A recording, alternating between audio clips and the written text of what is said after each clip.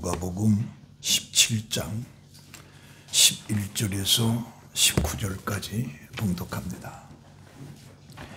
예수께서 예루살렘으로 가실 때에 사마리아와 갈릴리 사이로 지나가시다가 한 마을에 들어가시니 나병 환자 10명이 예수를 만나 멀리 서서 소리를 높여 이르되 예수 선생님이여 우리를 불쌍히 여기소서 하거늘 보시고 이르되 가서 제사장들에게 너희 몸을 보이라 하셨더니 그들이 가다가 깨끗함을 받은지라.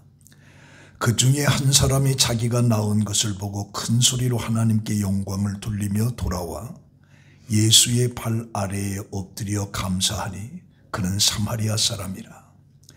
예수께서 대답하여 이르시되 10사람이 다 깨끗함을 받지 아니하였느냐? 그 9은 어디 있느냐? 이방인 외에는 하나님께 영광을 돌리러 돌아온 자가 없느냐 하시고 그에게 이르시되 일어나 가라 내 믿음이 너를 구원하였느니라 하시더라. 아멘. 봉독한 말씀을 가지고 9은 어디 있느냐라고 하는 내용으로 함께 은혜를 받습니다. 유대인들 사이에 전해 내려오는 명언이 있습니다. 이 세상에서 가장 현명한 사람은 누구인가? 모든 사람들에게 배우는 사람이다. 이 세상에서 가장 강한 사람이 누구인가? 자기 자신을 이기는 사람이다. 이 세상에서 가장 부유한 사람은 누구인가? 범사에 감사하는 사람이다. 큰 일에만 감사하는 것이 아니고 작은 일에도 감사하는 것, 모든 일에 감사하는 것, 이것이 가장 부유한 사람이라고 말합니다. 행복은 감사하는 사람들에게 주어지는 것입니다. 그래서 감사는 행복의 열매를 주고 있습니다. 오늘 이 봉독한 말씀 속에 나병 환자, 문둥병이죠. 지금은 그렇지만 그 시대의 가장 치명적인 병입니다. 문둥병이 걸리게 되면 가족들로부터 철저히 차단이 되고 인생을 끝난 것과 같이 살아가는 병입니다. 이 병은 절망적이면서도 전염성 때문에 사람들로부터 가족이나 친척이나 동네 사람들로부터 격리돼서 문둥병 환자끼리 살아가는 그런 불쌍한 병이 바로 문둥병입니다. 그들은 마을로부터 음식을 조달받아서 살 수밖에 없는 자들로 그들은 사람을 만나게 되면 부정하다, 부정하다, 부정하다 외치면서 그들의 접근을 차단하는 그런 삶을 사는 것이 바로 문둥병자입니다. 그런데 예수님께서 사마리아와 갈릴리 사이로 지나가시다가 한 마을에 들어가시니 문둥병자 10명이 예수를 만나게 되고 가까이 가지 못하고 멀리 서서 소리를 높여 예수 선생님이여 우리를 불쌍히 여기소서, 우리를 불쌍히 여기소서 간구하는 그들에게 예수님께서는 제사장에 가서 너희 몸을 보여주라.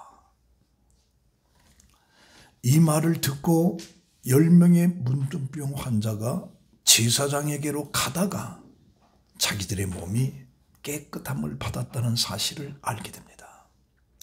그럼 여기에서 왜 문둥병자에게 제사장에 가서 너희 몸을 보이라고 했는가? 이 구약 내이기에서 문둥병에 걸린 자가 고침받았다라고 하는 이 정결의식을 제사장이 지정한 곳에 가서 여러 의식을 거쳐서 나병 환자가 정결케 되었음을 공식적으로 선언한 의식입니다. 이런 의식이 있을 때에 그 문둥병자는 이제 백성들 속에 들어가서 살 수가 있는 겁니다. 그래서 문둥병자들은 말씀대로 가다가 고침을 받았는데 그런데 고침받은 자들이 하나님께 영광을 돌리며 예수의 발 아래에 엎드려 감사한 사람은 딱 한 사람, 사마리아 사람 한 사람뿐이었습니다. 그 한 사람에게 예수님은 물어봅니다.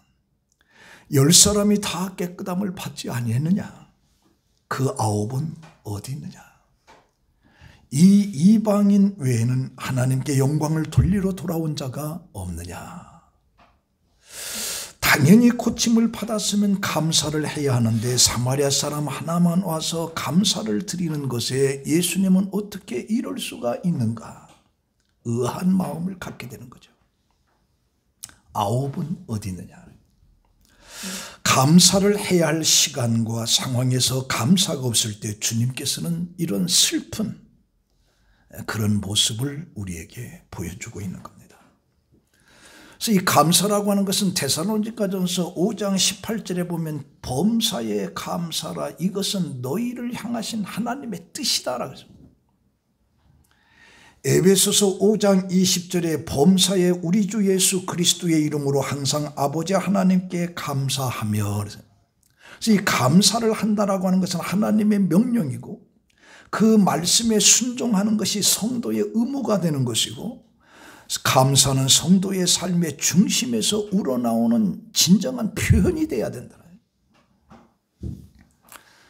사실 이 10명의 문둥병자에게 말을 듣고 가서 제사장에게 보여라라고 하는 이 주님의 말씀을 듣고 그들이 제사장에게 찾아가서 자기 몸을 보인다라고 하는 것은 그렇게 쉬운 일이 아닙니다. 왜냐하면 자기들은 현재 문둥병자예요. 이 문둥병이 있는 이 상태를 가지고 제사장에게 가서 보여라? 이건 믿음이 없으면 할 수 없는 겁니다.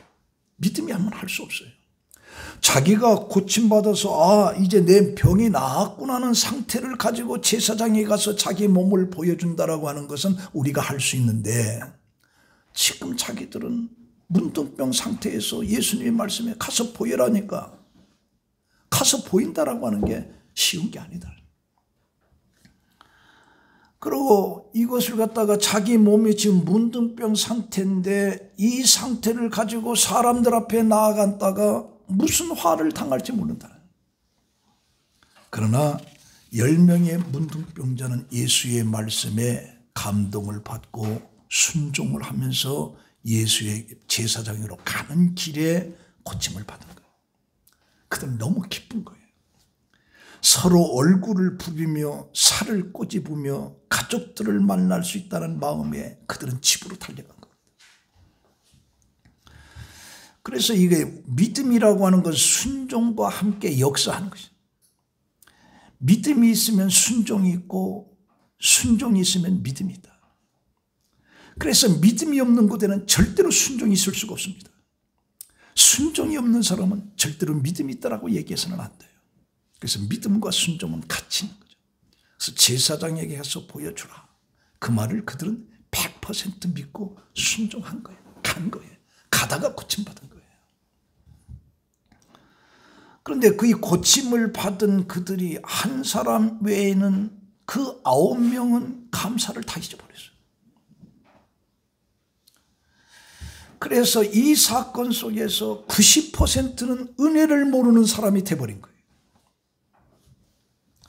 10%만 감사를 한 거예요. 90%는 감사를 하지 못한 거예요. 이걸 보면서 나는 10%에 속해 있는가? 90%에 속해 있는가? 내 자신을 한번 들여다봐야 된다. 이 10명의 문둥병자에게는 공통점이 있습니다. 예수 그리스도를 향한 확고한 믿음을 가지고 있었습니다. 그래서 예수 만나기를 소원했고, 그리고 예수를 만나니까 소리 높여 부르짖기를, 우리를 불쌍히 여기소서 간절한 기도가 있었습니다. 제사장에 가서 보여주라. 그들은 10명 철저하게 믿음을 가지고 순종을 했습니다. 그러나 예수께 와서 감사한 사람은 한 사람밖에 없었다.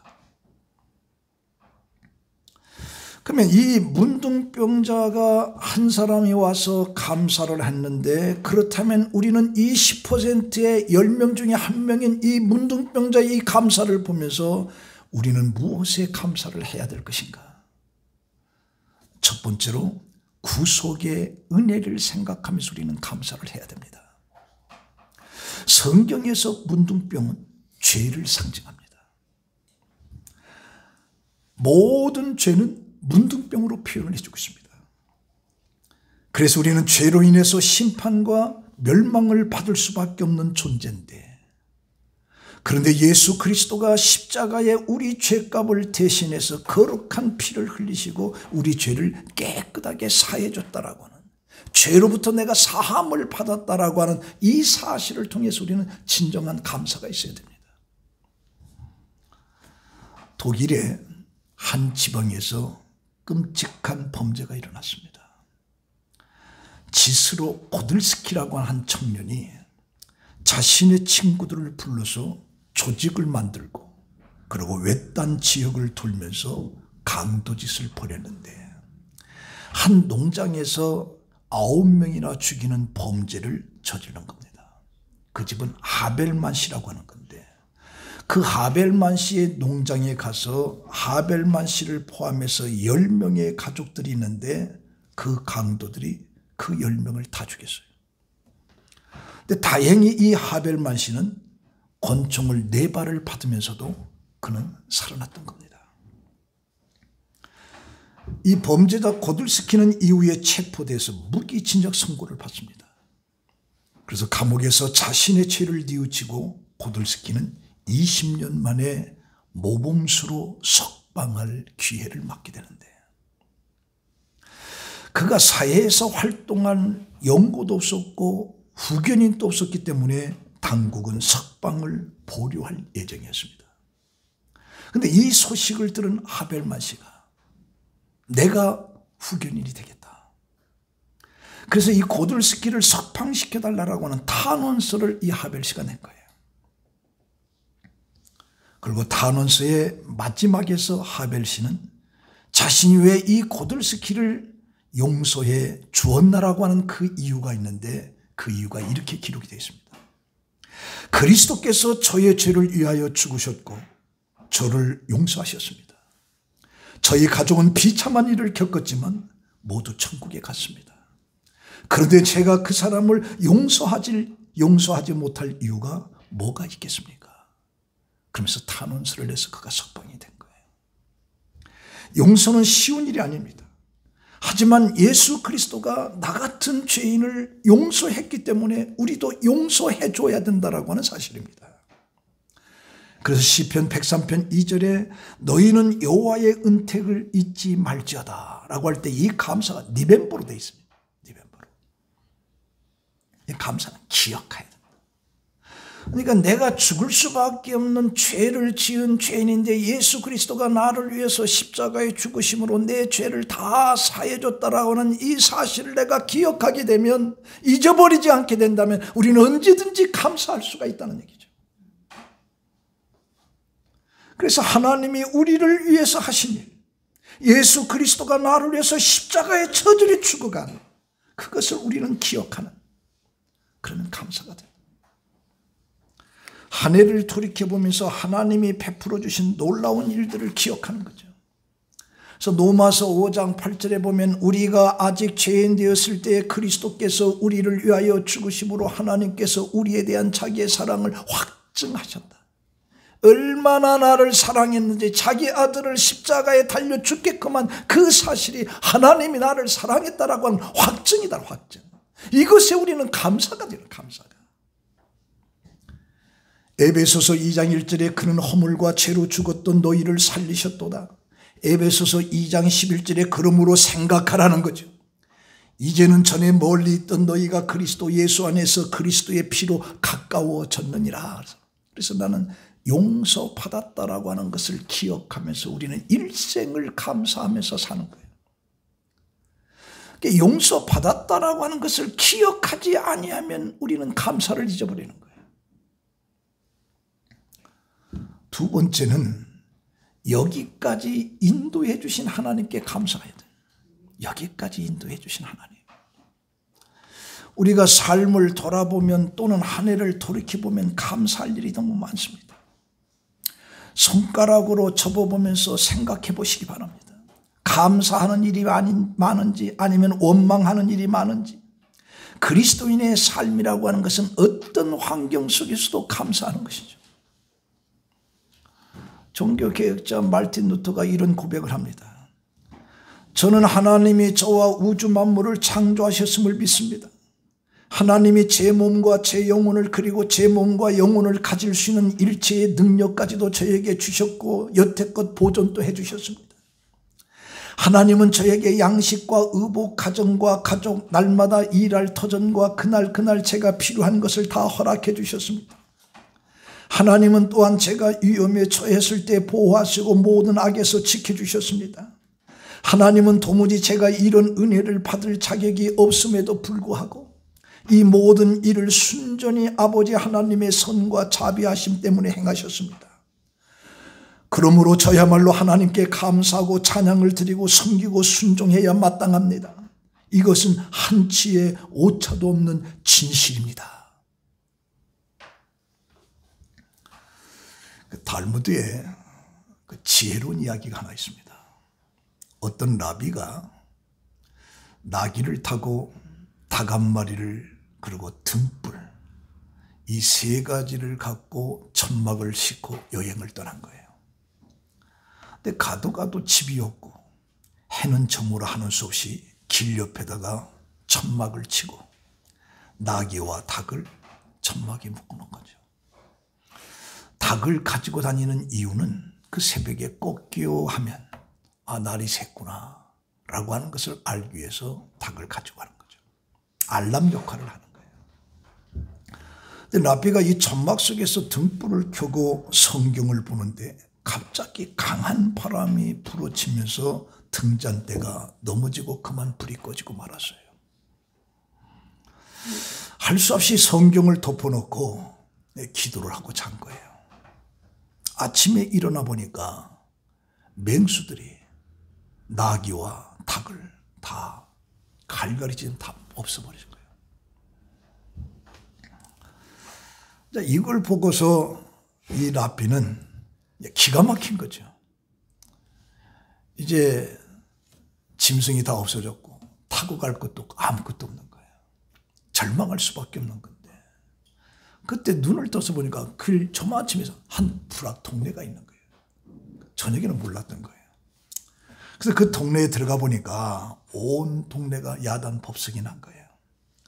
어젯밤에 강도떼가 이곳에 쳐들어와서 사람들을 죽이고 물건을 빼앗고 온통 마을이 수라장이 돼버린 거예요. 그때 라비는 무릎을 꿇고 감사 기도를 하는 거죠. 만일에 등불이 켜 있었다면 그 도둑질이 찾아왔을 테고 나귀와 닭이 꺾여했더라고 하면 자기는 들켜서 죽었을 텐데 자기가 살았어요. 그래서 이 세 가지를 다 잊어버린 덕분에 내가 살았구나 라고 하는 것에 라비는 무릎을 꿇고 감사 기도를 한 거예요. 우리도 때로는 살아가면서 삶 속에 잊어버리는 것들이 많습니다. 이것 때문에 슬프고 억울하고 고통스러운 거죠. 그러나 잊어버린 것 외에 더 찾은 귀한 것들이 우리에게 있다는 것이죠. 이것을 놓고 우리는 감사를 하는 거예요. 감사를. 그래서 우리는 어떤 역경 속에서도 하나님께서 내게 주신 은혜가 더 크다라고 하는 걸 생각해요. 어떤 분이 죽음 직전에 이제 깨어나서 살았는데 살아있는 순간에 비가 내리는 창가에 그 자연이 보이는데 자연이 너무 아름답더라. 그래서 하나님께 감사를.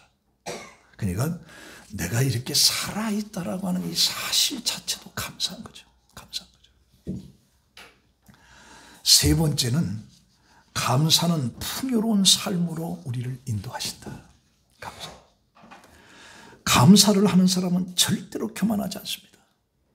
감사는 사람으로 하여금 겸손하게 하는 것이고 감사는 풍요로운 삶으로 우리를 이끌어가는 거죠. 하나님의 은혜는 성공할 때만이 아니라 실패할 때도 기쁠 때만 아니라 쓰라린 감정과 생애의 깊은 좌절과 고통을 맛볼 때도 감사하는 거예요. 이게 우리 그리스도인들의 감사예요. 1918년 미국 미네소타주에 보베이라고 하는 작은 탄광촌이 있습니다. 거기에 사진관을 운영하는 사람이 있는데 그의 이름이 에릭 앤스트롬이랍니다. 어느 날 아주 백발이 성성하고 세상사에 몹시 지쳐 보이는 야이고 남루한 한 노인이 보잘것없는 신발 털개를 팔려고 이 탄광촌에 들어온 거예요. 그래서 이 노인이 아주 초라한 모습으로 지친 모습으로 사진관에 들어와서 잠깐 쉬기를 원하는 거죠. 근데 몹시 시장했던지 테이블 앞에 앉아 식사를 하는데 근데 그 노인이 다 말라 비틀어진 빵 한 조각과 그리고 스프를 앞에 놓고 진지하게 감사 기도를 하는 거예요. 사진사인 이 앤스트롬 씨는 그 모습을 보고 큰 감동과 전율을 느꼈습니다. 작은 것에도 하나님 아버지께 감사드리는 그 초라한 그 노인이 너무 큰 사람으로 보인 거예요. 앤스트롬 씨는 그 노인을 보면서 이런 생각을 했어요. 이 노인은 세상적인 것들을 많이 갖지는 못했지만 다른 사람보다 더 많은 것을 가졌구나. 그는 감사할 줄 아는 마음을 가졌으니까요. 비록 그 노인은 가난하고 삶에 지친 모습이었지만 그의 소박한 감사기도 속에 그 노인이 세상 그 누구보다도 부유한 사람이라고 하는 것을 깨닫게 되는 거죠. 그래서 그 자리에서 그 사진사는 사진을 찍어준 거예요. 그리고 이 흑백 사진을 보고 앤스트롬 씨의 딸 로다 나이버그라고 하는 딸이 있는데 그 딸도 그 사진을 쳐다보는 순간에 큰 감동을 받아서 이 사진을 유화로 그린 거예요. 그리고 그 작품이 바로 감사 기도하는 노인의 모습을 그린 유화 제품인데 앤스트롬 씨가 이 사진을 통해서 당시 세계 1차 대전으로 인해서 고통받고 있는 사람들에게 아직도 감사할 수 있는 조건이 많다라고 하는 것을 거기서 의미를 해주고 있어요. 그래서 이 사진을 미네소타 사진전에 출품하였고 삶에 지친 노인의 빵 한 조각과 스프를 가지고서 감사 기도를 드리는 이 사진이 미네소타의 주의 사진으로 선정이 된 거예요. 그래서 너무나 유명한 이 사진의 제목이 The Grace, 은혜다, 감사다, 은혜다, The Grace라고 하는 그래서 세계적인 명화가 된 거예요. 오늘 우리들은 감사를 하나님으로부터 무엇을 받았을 때 감사를 하는 거죠. 그런데 예수님은 그렇지 않았습니다. 예수님은 감사를 드리고 난 다음에 기적들이 일어난 거예요. 성경에 보면 오병이어의 감사도 요한복음 6장 11절에 예수께서는 빵을 들고 감사 기도를 드린 후에 앉아있는 사람들에게 나눠집니다. 지금 굶주린 장정들만 5,000명입니다. 부녀자까지 하면 10,000명이에요. 그들은 지금 가지고 있는 것은 떡 5개와 물고기 2마리. 이것 갖고 아무것도 할 수 없는 건데 그 상태 속에서 그걸 들고 하나님께 감사해요. 감사하고 나니까 10,000명이 먹고도 12광주리가 넘치는 놀라운 기적이 일어난 거예요. 또 하나는 나사로 무덤입니다. 나사로가 죽인 지가 사흘이 됐어요.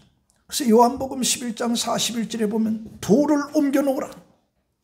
죽은 지가 사흘이 되고 냄새가 납니다. 옮겨놓으라. 옮겨놓았어요. 죽어있는 송장이. 그때 하늘을 우러보면서 하나님께 감사하니까 나사로야 나오라. 나사로가 살아서 나와요. 죽은 상태 속에서 감사. 우리 같으면 떡 5개로 5,000명을 먹이고 막 넘칠 때 하나님 감사합니다. 죽었던 자가 무덤에서 살아나올 때 하나님 감사합니다. 그러나 예수님은 그렇지 않았다니. 일어나기 전에 감사. 일어나기 전에. 오늘 이 선창시도 마찬가지입니다. 마가복음 14장 22절에 보면 그들이 먹을 때 예수께서 떡을 가지고 축복하시며 제자들에게 이게 자기 죽음이라고 하는 걸 알면서 이게 내 살이고 내 피라고 얘기하면서 그걸 나눠줄 때 하나님 앞에 감사를 하니 그 감사가 결국에 십자가에 죽었다가 3일 만에 다시 부활하는 놀라운 기적이 일어난 겁니다. 예수님은 무언가 이루어졌을 때 감사가 아니라 가장 낮아고 처참했을 때 그때 감사. 그 감사가 풍요로움으로 다시 살아나는 그런 기적을 가르쳐요. 오늘 우리들의 기적이라고 하는 것이 뭐냐? 감사라고 하는 것이 뭐가 이루어졌으니까 하나님 감사. 아니, 예수님은 그렇지가 않았어요. 그래서 우리는 행복해서 감사하는 것이 아니고 감사하기 때문에 행복해지는 거예요. 불평하는 사람은 아무리 많이 가져도 행복할 수가 없습니다. 감사하는 사람만이 행복을 소유할 수 있는 거죠. 얼어붙은 강에는 배를 띄울 수 없듯이 마음이 얼어붙어 감사가 메말라버린 사람들에게는 절대로 행복이 있을 수가 없습니다. 독일 격언에 선물을 보지 말고 선물 주는 손을 보라. 이게 무슨 뜻이냐?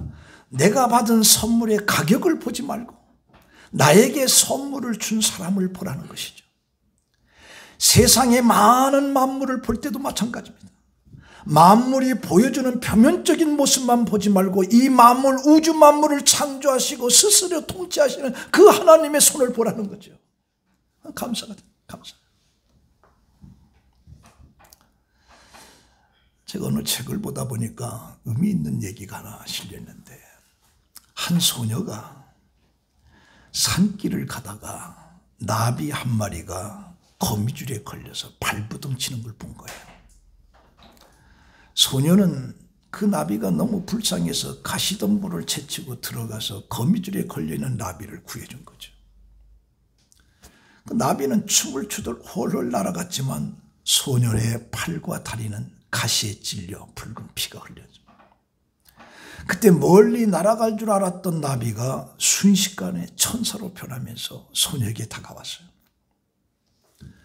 천사는 자기를 구해준 은혜에 감사하며 무슨 소원이든지 한 가지 들어주겠다. 그러자 그 소녀가 이 세상에서 가장 행복한 사람이 되게 해주세요. 천사는 소녀의 귀에 무슨 말인가를 속삭이고 사라져버렸어요. 소녀는 자라 어른이 되고 결혼해서 엄마가 되고 할머니가 되도록 늘 행복하게 살았습니다. 그녀 곁에는 언제나 좋은 사람들이 항상 있었어요. 행복하게 살아가는 그녀를 사람들은 부러운 눈빛으로 우러러본 거죠.